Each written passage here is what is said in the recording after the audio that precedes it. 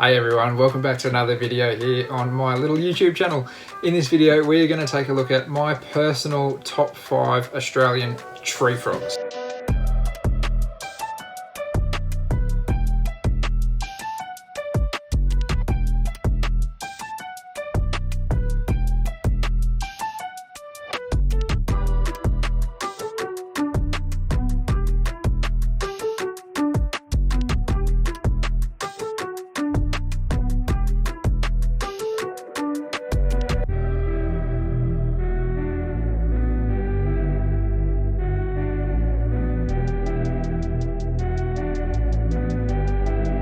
So that's right guys, in this video we're just going to have a quick brief look at my top 5 Australian tree frogs, and in this video when you see clips of these frogs and such from the pictures and stuff that I'm putting up, I'm actually using clips straight out of the Frog ID app. So if you guys aren't aware, there is an awesome Australian app done by the Australian Museum called Frog ID where you can hop on and look at all sorts of Australian frogs, listen to their calls, have a look at their distribution, get a little bit of information about the Australian frogs out there. So I highly recommend you go and have a look at this app and give it a bit of a whirl. You can take recordings in the field, so you can actually record frog calls and sightings and such like that. So you can actually help out the museum, kind of keep a track on our frogs. Obviously frogs are in dire need of a bit of help at the moment with chytrid fungus on the loose. So do us a favor, download this app, have a bit of fun and respect your neighborhood frogs.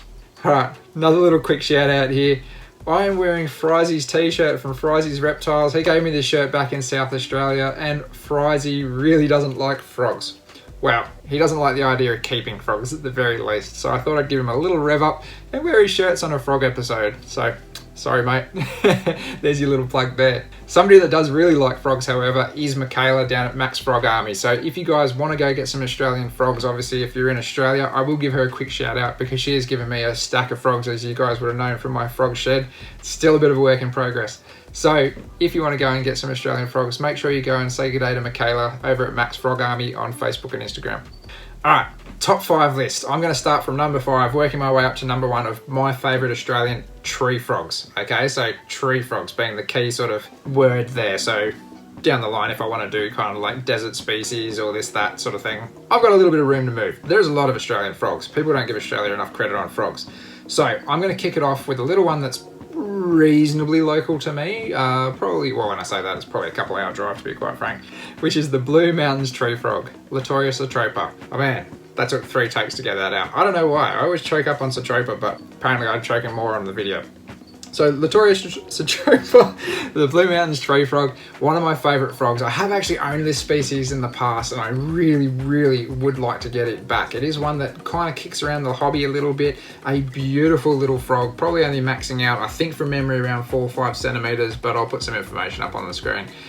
Tiny little frog, so nice little tree frog there. Lots of nice greens, reds and kind of like greys and browns and such like that. It's just a really beautiful little tree frog.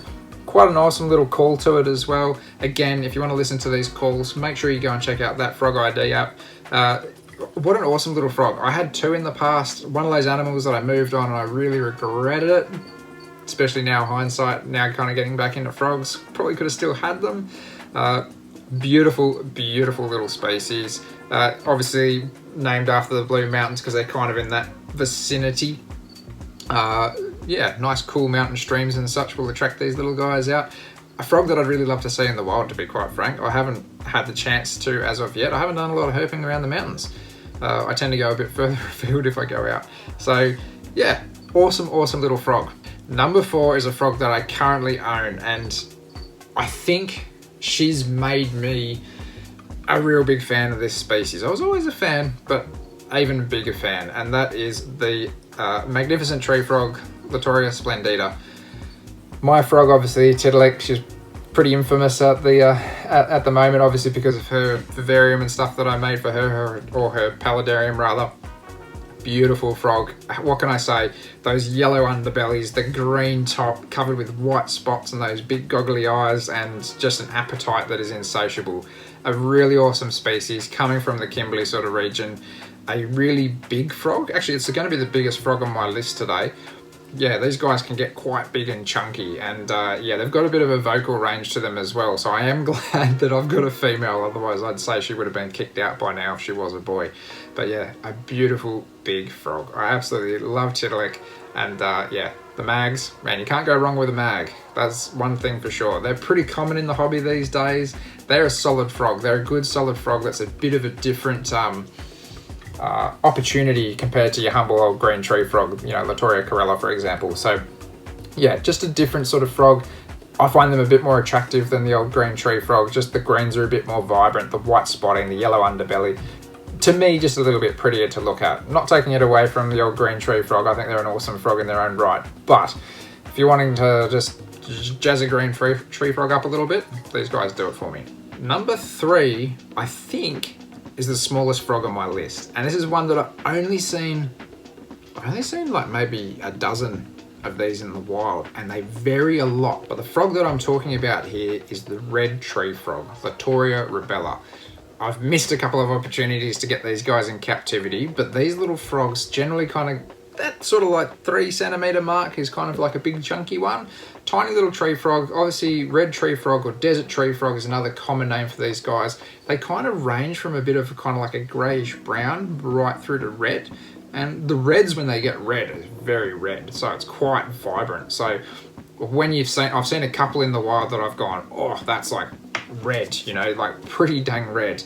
They were beautiful little frogs. Again, not a big frog, pretty common in the desert country and stuff, especially if a bit of a rain comes out. They tend to come out a bit. I have seen them around Alice. I've seen them around, where did we go?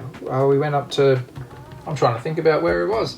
When I went on the trip with Kai and Simon, kind of like central northern New South Wales sort of thing, up that sort of way. Basically, you know, as you start hitting that sort of more arid country, a bit more inland, so to speak. So yeah, beautiful little frog, and yeah, one that I would like to get my hands on eventually at some point in time. All right, number 2 is one that I don't think I'm ever going to see in captivity, but I find the camouflage of this frog very interesting, and that is the green-eyed tree frog, or Latoria serrata. So these guys come up from the northern end of Queensland. Beautiful frog, kind of generally kind of grey with almost like lichen-like mossy patterns and things on top of them, with kind of like serrated edges, probably hence the name, where they kind of like frill out and they can kind of clamp against branches and things and just look like a little bit of moss or lichen or something against these branches. I just think, like, when you kind of think like, you know, Vietnamese mossy tree frogs and such like that, these are kind of like Australia's answer to that. Not quite that level, but they're a very cool, interesting frog. A really, really cool frog. I think just super unique, right? Like, they're just a unique looking frog with all those textures. Okay, number 1. Again, one that I probably don't think we're going to get in captivity anytime soon, although I could be wrong. And if it was in captivity, I'd be pretty keen to hand over my wallet for these sorts of guys. And that is the Cape York graceful tree frog, or Latoria bella.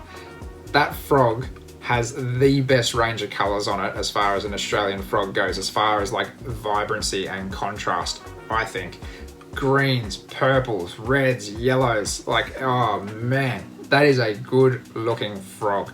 They're one that I definitely would love to see in the wild. Just the pictures that you find of these guys online and in books and, you know, all these sorts of things. These are a stunning, stunning frog. I think that, you know, the frog community in Australia, as far as like the hobby and such goes, is so small, and they don't talk enough about all these sorts of species. But what I'm hoping to do here is maybe just drum up a little bit of hype for some frogs. You know, we've got to respect our frogs. We're obviously very reptile centric, our kind of herp community and such, and there's nothing wrong with that. But the little frog community is kind of just off on their own little thing over the side here, and yeah, there's a lot of awesome frogs out there that probably just need to be recognised and shown a little bit of love. So yeah guys, just a little simple video today, just highlighting my top 5 Australian tree frogs that I can kind of sit down and flick through this Frog ID app and have a little bit of a look at. Man, there's some awesome species out there. I'd love to know what your top Australian tree frogs are, or your top Australian frogs in general, or you know what, if you are overseas, just tell me what your favourite frogs are. You can leave some comments down below in that little section down there and let me know there. That'd be fantastic. We can engage in a little bit of a conversation. And yeah guys, until next time, make sure you go and check me out over on Patreon and Teespring if you want to support the channel even further, or if not, just drop me a sub or a like or a comment or just something small like that. You know, any little thing helps. So yeah, until next time guys, take it easy. I'll catch you then.